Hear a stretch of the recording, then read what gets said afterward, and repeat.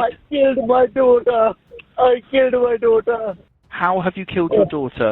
I beat her up. It wasn't my intention to kill her, but I beat her up too much. Partially as a result of the brain injury, Sarah suffered a decline in the few days before she died. Incredibly, you took up the metal pole and beat Sarah vigorously on her abdomen to punish her for pretending to be ill. A few moments later, Sarah died.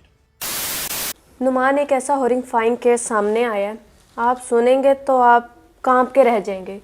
एक सगा बाप जिसने अपनी मासूम सी छोटी सी बच्ची को rod के साथ मार मार के उसकी 25 हड्डियां ब्रेक कर दी हैं। उसको कत्ल कर दिया। उसने कोई बाप ऐसे कैसे कर सकता है? नहीं, ये कहाँ पे किस एरिया में हुआ वाकया?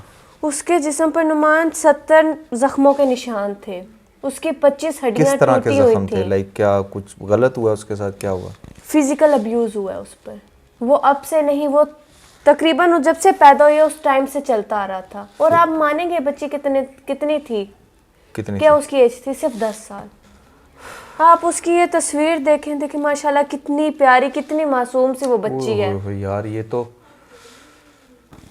ये एग्जैक्टली वाकया हुआ कहाँ पर है? ये नुमान 1 साल पहले का वाकया है। अच्छा। ठीक है, लंदन में हुआ है। 1 साल पहले का वाकया तो रिपोर्ट लंदन में भी हुआ था।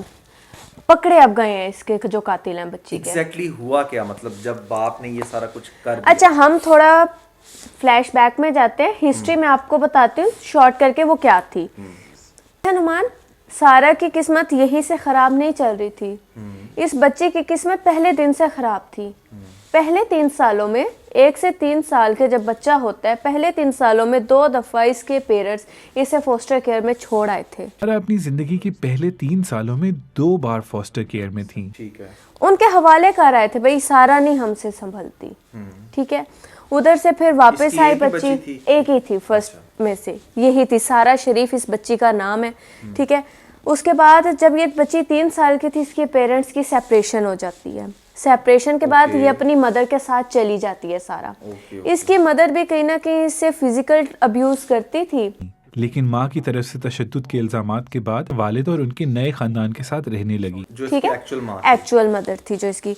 वो फिर सारा जो है वहाँ से अपने बाप के पास आ जाती है। ठीक है, जब ये आते तो देखते कि इसके फादर ने भी शादी कर ली होती है। ये उस वक्त 6 ईयर्स की होती है जब अपनी माँ के पास ही अपने फादर पास आती है। तो देखते कि इसके फादर ने सेकंड मैरिज कर ली है, उधर से बच्चे भी हैं। खैर, ये बड़ी हंसमुख बच्ची थी, इसे सिंगिंग का बहुत ज़्यादा शौक था।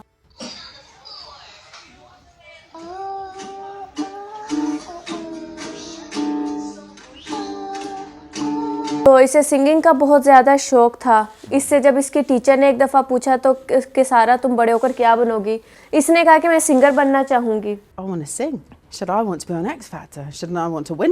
तो नुमान, बात यहाँ से शुरू होती है कि जब ये अपने फादर के पास आती है और स्टेप मदर के पास आती है तो मामला वहाँ उस दिन से शुरू हो जाता है। उस वक्त इसकी उम्र 6 साल थी। 6 साल से डेली इस पर फिजिकल अब्यूज होता था। कौन करता था? इसका बाप। इसका बाप इस पर इतना वैसे सोचने वाली बात है। मतलब जब खास तौर पे आप पेरेंट बन जाते हो, किसी बच्चे या बच्ची के बाप बन जाते हो, तो मतलब I am seriously unable to understand कि कैसे यार आप अपनी बच्ची के ऊपर इतना ज़्यादा जुल्म कर सकते हो। मतलब लड़कों के ऊपर तो ठीक है, बाप हाथ उठा लेते हैं क्योंकि लड़के ज़रा एक्स्ट्रा शरारती भी होते हैं। बच्चियां तो 99% जो होती है ना, वो बड़ी मासूम सी नुमान, हाथ उठाना एक अलग है। अच्छा, बच्चे ने कोई गलती की है, स्लैप लगा दिया, ठीक है ना, वो अलग होता है। नुमान ये इसे बैट से मारता था। ये खुद मुंह से बोलकर बता रहा है अपने बयान में कि मैंने इस बच्ची को इतना बैट से मारा है कि उस बच्ची को तशद्दुद सहने की आदत हो गई थी। उसकी बॉडी वो सारा तशद्दुद बेयर करने लग गई थी। वो मुंह से कुछ नहीं बोलती थी। दिन ब दिन वो बच्ची चुप होती गई। एक दफ़ा इसके स्कूल के टीचर्स ने देख ली इसकी बॉडी पर निशान, इसके फेस पर फिजिकल अब्यूज़ के निशान।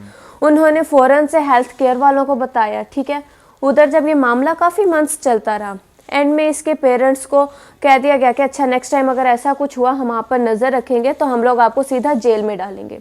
उसके 1 वीक बाद इन्होंने बच्चों को होम स्कूलिंग स्टार्ट करवा दी। सारा को होम स्कूलिंग की एप्लीकेशन देकर इसको घर में रख लिया, इसको स्कूल नहीं जाने दिया। उस टाइम से लेकर प्रॉपर फिर 6 मंथ इस बच्ची को डेथ से 6 मंथ्स पहले से इस बच्ची को घर में बंद कर लिया गया। इसको इसके घर के लॉन में जाने की परमिशन नहीं थी। फिर नेबर्स कहते हैं उस बच्ची की हमने कभी आवाज़ नहीं सुनी, और कभी अगर उसको हम देख लेते थे तो वो सहमी हुई डरी हुई हर वक्त रहती थी। नुमान उसको इस्त्री से मारा जाता था। उसकी बॉडी पर ह्यूमन बाइट्स के निशान थे जगह जगह। उसको उसके बाप ने इतना मारा कि उसे नेक से लेकर स्पाइन तक माजूर कर दिया था। उसका बॉडी स्ट्रक्चर बिल्कुल तबाह कर दिया था। यार ये तो सीरियसली जैसे जैसे तुम बता रही हो मुझे तो यकीन ही नहीं आ रहा कि कोई बाप अपनी बच्ची पर इस लेवल पर जाकर जुल्म कर सकता है। इसकी स्टेप मदर एक दिन अपनी सिस्टर को मैसेज करती है, वो खुद बताती है, बिनिश बतूल उसका नाम है, कि यार आज इसने ना शरीफ ने बड़ा मारा है इसको, और ना मुझे तो देखकर डर लग गया। अपनी सिस्टर को बता रही थी। ठीक है, फिर एक दफ़ा ऐसा होता है कि जिस दिन डेथ का डे है ना, मदर थी वो भी एक औरत थी, उसको डर भी लगता होगा कि यार ये बड़ा एक्सट्रीमिस्ट है, ये कहीं ना कहीं उसके अपने भी तो बच्चे होंगे ना। उसके अपने भी बच्चे हैं, तकरीबन 3 से 4 बच्चे बताए जा रहे हैं। उसके पहले से बच्चे थे मतलब इस सेकंड वाइफ में से, सुनने में तो यही आ रहा है कि सेकंड वाइफ में से थे। अगर आप लोगों को सही पता है तो फिर मुझे बताना। ठीक है, एक दिन होता है वो बच्ची बेड से नहीं उठ रही होती। ठीक है, वो उसकी जो स्टेप मदर है अपने हस्बैंड को कॉल करती है कि सारा शायद कोई एक्टिंग कर रही है, ये उठ नहीं रही या कुछ भी है। ठीक है ना, काफ़ी डाउन लग रही है। वो आता है और आकर उसे रॉड से मारने लग जाता है उसके पेट पर। इतना मारते हैं नुमान, उसे इतना मारते हैं कि उसी टाइम बच्ची की डेथ हो जाती है। जब उस बच्ची की डेथ हो जाती है तो वो जो उसका बाप तो नहीं है वो उसे कह सकते, वो तो एक जल्लाद, वो तो एक शैतान ही बन गया है। वो फिर अपने भाई को बुलाता है। उसका भाई वहीं पर शायद किसी कैफ़े में काम करता होता है। वो फ़ौरन आता है, उसका भाई आता है, वो एक जेट वॉशर लेता आता है। सारा की जो बॉडी है वो ब्लड से भरी हुई होती है। उसको पहले उसकी बॉडी को वॉश किया जाता है जेट वॉशर से, क्योंकि वो एक कैफ़े में काम करता होता है तो वहाँ से ले आता है। फिर उसके कपड़ों को डिस्पोज किया जाता है, उसके कपड़े छुपा दिए जाते हैं जिन पर ब्लड होते हैं या कोई स्टेन होते हैं। वो जो उसका चाचू वो सारा काम कर रहा होता है, वो अपने यूनिफॉर्म में होता है कैफ़े के, वो उसको भी बाहर बिन में फेंक देता है। ठीक है, वो औजार जिससे उस बच्ची का कत्ल किया जाता है उसको भी छुपाकर अपने पैसों से अपने भाई और भाभी की टिकट बाय करके उनको पाकिस्तान भेजते हैं। पाकिस्तान आके वो लोग पहला काम क्या करते हैं, आकर अपनी सिम छीनते हैं। इस्लामाबाद एयरपोर्ट पर पहुंचते साथ ही वो लंदन की पुलिस को कॉल करते हैं और लंदन में अपने घर का एड्रेस बताकर कहते हैं कि यहाँ पर एक बच्चे की लाश पड़ी है। बेसिकली ये जर्मनी का नहीं वाकया, लंदन का वाकया। हाँ, बस इसमें मैं कंफ्यूज हो रही हूँ, कुछ लोग जर्मनी कह रहे थे, कुछ लोग लंदन कह रहे हैं, लेकिन जहाँ भी हुआ है अब्रॉड में हुआ है। वहाँ पर फिर पुलिस जाती है। वो जब पोस्टमार्टम करती है उसका तो पता लगता है 71 उसके बॉडी पर ताज़ा जख्मों के निशान हैं, 25 हड्डियाँ उसकी टूट चुकी हैं, उसकी बैक पर, उसकी कमर पर इस तरीके से जलाने के निशान है। यहाँ पर फिर पाकिस्तानी पुलिस नुमान उसको बड़ा ढूंढती है, तकरीबन 1 साल लग जाता है उसको ढूंढते हुए। मैं समझना ये चाह रहा हूँ कि why did they call to the police के भाई आप आके जाके रेस्क्यू। वो वहाँ से उस वक्त जब सारा की डेथ होती है ना नुमान, तो वो तीनों डर जाते हैं, हड़बड़ाहट में उसको वहीं छोड़कर आ जाते हैं। नुमान इनसे इतना नहीं हुआ कि एक ये लोग एम्बुलेंस को कॉल कर लेते उसी टाइम पर। यार नहीं, एम्बुलेंस को कॉल नहीं, जब डेफिनेटली बच्ची एक्सपायर हो जाती है तो उसके बाद वो ठीक है, वो पाकिस्तान आ गए, समझ में आता है कि वो उस सिचुएशन से भाग आए, फिर यहाँ पर आके उस सिचुएशन को रिकॉल क्यों करेंगे? शायद इन लोगों को ऐसा लग रहा होगा कि अच्छा अब तो हम पाकिस्तान में आ गए, अब हमें कोई पकड़ नहीं सकेगा। हमें कोई पकड़ नहीं सकता, क्योंकि नॉर्मली ऐसे ही होता है ना, यहाँ के भी जो मुजरिम है लंदन चले जाते हैं और वो फिर बिल्कुल आज़ादाना घूम रहे होते हैं। और यहाँ पर मैं लंदन पुलिस से ज़रूर पूछना चाहूँगा कि why don't you caught over culprits? जब वो आते हैं लंदन के अंदर, तो आपको जब हमारी गवर्नमेंट तक मैसेजेस कर रही होती है कि ये एक मुजरिम है हमारे कंट्री का इस लेवल का, आप इसको पकड़ें, तो आप लोग बिल्कुल ठंडी शराब पी के सोए हुए होते हो। तो अब जब ठीक है, पाकिस्तानी पुलिस की एक बड़ी अच्छी बात है कि चलो ठीक है, एटलीस्ट उन्होंने इसके ऊपर एक्शन लेने। वो पाकिस्तानी थे ना, हाँ। उनकी फैमिलीज इधर थी। ये जो शरीफ जिस बंदे का नाम बता रहे हैं, इसकी पूरी फैमिली इधर पाकिस्तान में रहती थी। अच्छा। ये आकर इसने नुमान ये कंटिन्यूसली मूव करता रहा है, कभी ये गिलगित होता था, कभी ये कहीं होता था, कभी ये सियालकोट आ जाता था। कुछ अर्सा तो ये अपने बच्चों को साथ ले लेकर मूव करता था, लेकिन जब इसे समझ आई कि नहीं, बच्चों के साथ मूव करना आसान नहीं है, तो बच्चों को एक जगह छोड़कर ये और इसकी वाइफ मूव करती रही। फिर सुनने में कुछ ऐसा भी आता है, मतलब कि जितने लोग होते हैं उतनी ही बातें सामने आ रही होती हैं। तो कुछ लोग तो ये भी कह रहे थे कि इसकी जो थी ना सेकंड वाइफ, उसने पुलिस वालों को एंड टाइम अब आकर बिल्कुल वक्त पर आकर कॉल करके बताया कि भाई हमारे से ये जुर्म हो गया। वो काफ़ी डरी हुई थी। ये कॉल उन्होंने आज से साल पहले ही कर दी थी, अभी अब की थी तो कि हमारे से एक जुर्म हुआ है। वो वाली नहीं कि वहां पर हम मर्डर हुआ अच्छा, हुआ वो है, तो उसी बच्ची टाइम वहां कर पे वो उसी टाइम होगी। एडमिट अब किया। एडमिट अब किया इसकी वाइफ ने। फिर इधर से पुलिस ने शायद इन्हें डिपोर्ट कर दिया। Killed my daughter. I killed my daughter. How have you killed your daughter? I beat her up. It wasn't my intention to kill her, but I beat her up too much. अब वहाँ की अदालत ने नुमान इसके बाप को 40 साल सजा सुनाई है। Well done. ठीक है, मदर को 33 साल की सजा सुनाई है क्योंकि इसका 33 या 36 की सजा? 33 की। अच्छा, 33 सालों की सजा सुनाई है। और इसका जो चाचू था उसको 16 साल की सजा सुनाई क्योंकि उसके खिलाफ कोई एविडेंस तो नहीं ऐसा मिल लेकिन उसने पाया सपोर्ट किया कि उसने कोई अब्यूज किया है बच्ची पर। लेकिन उसका वहाँ से यूनिफॉर्म मिलता है, उसका जेट वॉशर वहाँ से मिलता है जिस कैफे से वो लेकर आया था। उसके जो क्लॉथ्स थे उसको डिस्पोज करने में और ये सारा सीन करने में वो मुलविस थे। हता कि देखो पाकिस्तानी फैमिली है, पाकिस्तानी बच्ची थी जो ठीक है अब्रॉड में रहते थे, बट आप देखें कि उनके कानून ने कितना स्ट्रिक्ट एक्शन लिया कि उसको फिर प्रोसीड के एंड तक कोई किसी की सिफारिश नहीं चलती। It is clear that at least partially as a result of the brain injury, Sarah suffered a decline in the few days before she died. You did not seek medical help for her. You did not comfort her. Instead, incredibly, you took up the metal pole and beat Sarah vigorously on her abdomen to punish her for pretending to be ill. A few moments later, Sarah died. जबकि जो उसके चाचू को सजा हुई है ना, हो सकता है उससे भी आधी शायद पाकिस्तान में सजा होती और वो भी बेलेबल होती और वो बंदा बड़े आराम से बाहर आ जाता। तो कुछ कंट्रीज जो किसी लेवल पर पहुंच चुके हैं ना, आज ज़िंदगी में कुछ अचीव कर चुके हैं, वो सिर्फ इसी वजह से कि वहाँ का जो कानून है ना वो बड़ा स्ट्रिक्ट है और इसलिए लोग बड़ा डरते भी हैं और लोगों को पता होता है कि भाई अगर कुछ भी पता चला तो बस फिर हम गए। यार देखें, पहली बात तो ये है कि मैं पेरेंट्स से ये पूछना चाहूँगा क्योंकि ऐसी एग्जांपल सुनने में आती हैं। इवन के पाकिस्तान में भी आज से पता नहीं शायद साल पहले एक बड़ा ही अजीब वाक़या हुआ था। कोई मेरे ख्याल से 3-4 माह की बच्ची थी और बाप ने गोलियों से उसको मारा था, उसको गोलियाँ मार दी, छोटी सी 3-4 माह की बच्ची को। तो या पता नहीं बिल्कुल न्यू बॉर्न थी या 1-2 माह की बच्ची हो गई थी, वो आप लोग इस पर सर्च करोगे तो आपको पता चल जाएगा। मेरा पहला कंसर्न ये है कि जब आप एक बच्चे को लेकर चल ही नहीं सकते तो फिर आप उसको दुनिया में लाने को प्लान क्यों करते हो, पहली बात। दूसरी बात ये है कि अगर लेट से वो बच्चा ठीक है, सम टाइम चीज़ें जो होती हैं ना वो अनप्लान्ड भी हो जाती हैं, ठीक है, बच्चे इस दुनिया में आ जाते हैं। उसके बाद देयर आर टन्स ऑफ इदारे जो आपके बच्चों को रेस्क्यू करने के लिए बैठे हुए हैं। अगर आप उनको नहीं बड़ा कर सकते या आप उनकी रिस्पॉन्सिबिलिटी नहीं ले सकते तो आप उन इदारों को दें, क्योंकि आज के दौर में भी ना ऐसे लाखों नहीं करोड़ों पेरेंट्स हैं जो औलाद की नेमत से महरूम हैं और उनको बच्चा हो या बच्ची इससे फ़र्क नहीं पड़ता, उन्हें औलाद चाहिए, उन्हें एक ऐसा साथी चाहिए जिसको वो ग्रो करे अपने साथ और वो बुढ़ापे में जाकर उनका सहारा बने, ठीक है। तो हमारे पास ऐसे बहुत सारे इदारे हैं जहाँ पर पेरेंट्स उनके तरले कर रहे होते हैं कि प्लीज़ हमें कोई बच्चा दे दें अडॉप्ट करने के लिए, ठीक है। तो अगर आपको लगता है कि आप अपने बच्चे की परवरिश नहीं कर सकते या आप उसकी पैदाइश से अनहैप्पी हो या आप उसके जेंडर से अनहैप्पी हो, इन एनी केस आप यार उसको किसी इदारे को दो ताकि वो फिर किसी राइट पेरेंट के पास जाए।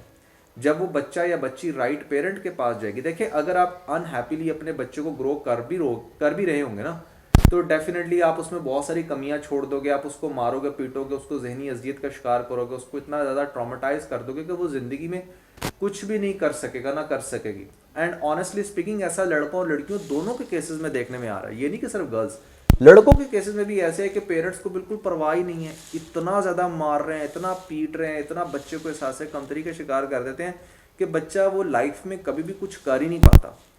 तो अगर तो ये कंडीशन चल रही है आपके साथ तो यार आप मतलब दो ऐसे किसी पेरेंट को जो उनको अडॉप्ट करने के लिए रेडी हैं, डायरेक्ट दे दो। आपके रिलेटिव्स में, आपके अपने ख़ानदान में कोई ना कोई ऐसी फैमिली मिल जाती है जिनको वो बच्चा या बच्ची चाहिए होता है, वो उसको खुद से ग्रो कर सकते हैं।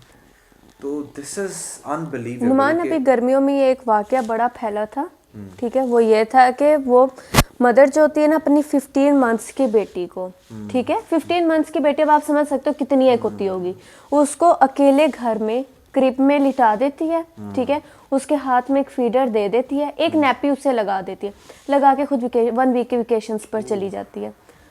ये आउट ऑफ कंट्री का वाक़या है। और वो बच्ची, वो जो थे ना, मैं आपको बता नहीं सकती, उसके नेबर्स कहते हैं बच्ची की हमने रोने की आवाज़ें सुनी। आपको पता है फॉरेन कंट्रीज़ में घर भी ऐसे लॉक होते हैं, आप इजीली उनके घर में एंटर नहीं हो सकते हो। वो बताती है हमने उस बच्ची की रोने की, चीखने की, चिल्लाने की, वो बच्ची सिर्फ मामा कहती थी उस टाइम पे, उसकी आवाज़ें सुनी है। और वो औरत क्या कर रही थी, जाके वेकेशंस मना रही थी। 1 वीक बाद आती है तो उस बच्ची की डेथ हो चुकी होती है नुमान। जब तक ऐसे कहाँ से आते हैं पेरेंट्स के, 15 मंथ्स की बच्ची, आप लोग खुद इमेजिन करें कितनी होती है। बस बात सिर्फ ये है कि कुछ पेरेंट ऐसे होते हैं कि जो पेरेंट तो बन जाते हैं बट वो अभी भी उसी जोन में होते हैं कि शायद वो लड़का और लड़की हैं और उनकी इंजॉयमेंट की एज अभी ख़त्म नहीं हुई और उन्हें ज़िंदगी को ये करना वो करना है। जबकि मैं आपको बताऊं, रियल लाइफ जो आप इंजॉय करते हो ना, एक्चुअली में वो आपकी जब पूरी फैमिली हो जाती है, आपके बच्चे होते हैं, लिटरली मैं आपको बताऊँ, मैं अपनी बात बताता हूँ कि मैंने अपनी पूरी जो आप कह लें कि 20s और 15 एज के बाद ऑनवर्ड 30 तक मैंने बिल्कुल आज़ादाना ज़िंदगी गुजारी है। मैं कुछ भी कर सकता था, कहीं भी आ जा सकता था, किसी के साथ भी फ्रेंडशिप कर सकता था। बट सीरियसली मैं अपने दिल पे हाथ रख के आप लोगों को ये बात वाज़ा करना चाहूँगा कि मैं जितनी लाइफ अपनी आप इंजॉय कर रहा हूँ मैंने कभी नहीं की थी। जितनी लाइफ में इंजॉय अपनी शादी के बाद मेरी एक छोटी सी प्यारी सी बेटी आया, जितना मैं इसके साथ अपना टाइम अच्छे से इंजॉय कर रहा हूँ मैं इससे पहले कभी नहीं कर सका। तो बहुत सारे लोग ना इस डेप्थ को अंडरस्टैंड नहीं कर पाते। क्यों? क्योंकि हम लोगों ने पहले अपने माइंड में इसको इतना हावी कर देते हैं कि शायद पता नहीं क्या है, हम तो बाउंड हो गए, हम तो ये हो गए। भाई नहीं, अगर आपको लगता है कि आप बाउंड हो गए अपने काम की वजह से, तो आपको अपने काम को चेंज करना है। अगर आपको लगता है कि आप अपनी फैमिली को लेकर नहीं चल रहे तो उस पर बैठ के सोल्यूशन निकालें। और सबसे बड़ी बात यह है कि ये मैं ख़ानदानों को रेकमेंड करूँगा कि अगर आप देखते हो ना कि यार ये बंदा या बंदी इस काबिल नहीं है कि इसकी शादी भी करवाई जाए, तो प्लीज़ मत करवाएं, क्योंकि किसी ज़िंदगी का नुकसान हो सकता है। वो एक दोनों पार्टनर्स में से कोई एक भी अगर नॉन सीरियस हो ना, तो दूसरे का भी नुकसान होता है, खाम में बच्चों का नुकसान होता है। तो यार ये देखना चाहिए, बड़े अफसोस की बात है। तो हम लोगों ने भी आज इसके ऊपर डिस्कशन इसलिए किया ताकि एक एग्जांपल सेट हो कि आज जब कोई भी क्राइम करता है ना किसी भी लेवल पे, तो वो ज़्यादा देर तक छुपता नहीं है और उसके बाद फिर आप देखें आपकी ज़िंदगी क्या, आप 40 साल बैठकर जेल में सड़ेंगे। मेरे ख्याल से आज अगर उसकी एज 30, 35, 40 जितनी भी होगी तो 40 साल बाद 80 का सारी ज़िंदगी आप अज्यूम कर लें कि वो अब जेल में है, बाहर आने के कोई चांस नहीं। ख़ास तौर पे आप लोगों से एक बात लाजमी कहेंगे कि अगर आप लोग अपने इर्द गिर्द कुछ इस तरह का देखते हैं, अब नॉर्मल देखते हैं कि यार इसकी नज़र उस बच्ची के लिए ठीक नहीं है, या इस बच्ची पर ज़रूरत से ज़्यादा, या इस बच्चे पर ज़रूरत से ज़्यादा उसके पेरेंट्स हाथ उठा रहे हैं, या कोई आप लोग जॉइंट फैमिली सिस्टम हमारे पाकिस्तान में बहुत ज़्यादा है, ठीक है ना, चाचू भी आके बच्चों को थप्पड़ लगा रहा होता है तो पेरेंट्स कहते हैं कोई नहीं यार चाचू है, मार सकता है, ये कर सकता है, वो कर सकता है। नहीं, ऐसा नहीं होना चाहिए। किसी भी को ये राइट नहीं होता कि वो आपके बच्चों को आकर हाथ भी लगाए। तो मैं ये सिर्फ कहूंगी कि अगर आप लोग थोड़ा सा भी देख रहे हैं कि नहीं यार इस बच्चे के साथ अब नॉर्मल बिहेव कोई कर रहा है, ये इस बच्चे की एकदम से जो है ना वो टोन चेंज हो गई है, बच्चा पहले हंसमुख था, खेलता था, अब थोड़ा सा डरा हुआ रहने लग गया, तो उससे खुदारा आप लोग अकेले में पूछा करें, उससे बात किया करें, कम्युनिकेट किया करें कि ऐसा क्या हुआ तुम्हारे साथ, क्या हुआ, उसको कॉन्फिडेंस में लेकर उससे उसके दिल का हाल जाने, ताकि वो आपके बच्चे की जान बचा सकता है। कल बैठकर रोने से, जेल में जाकर करने से कि नहीं हमारे से गलती होगी, मैं दुनिया का गलत तरीन बाप हूँ, खुद को बुरा भला कहने से, खुद को गालियाँ देने से एंड पर कुछ नहीं होगा। आपको उसी वक्त इस सारे मामले को ख़त्म करना पड़ेगा। आप लोगों को थोड़ा सा समझदारी से अपने बच्चों को लेकर चलना पड़ेगा। सो गाइस, आई थिंक कि आप लोगों ने आज की वीडियो से काफ़ी कुछ सीखा होगा। अपने सराउंडिंग पे ख़ास तौर पे नज़र रखें, कुछ भी अब नॉर्मल हो रहा है तो उसको ज़रूर रिपोर्ट किया करें। इसके साथ अपना बहुत सारा ख्याल रखें। खुदा हाफिज़।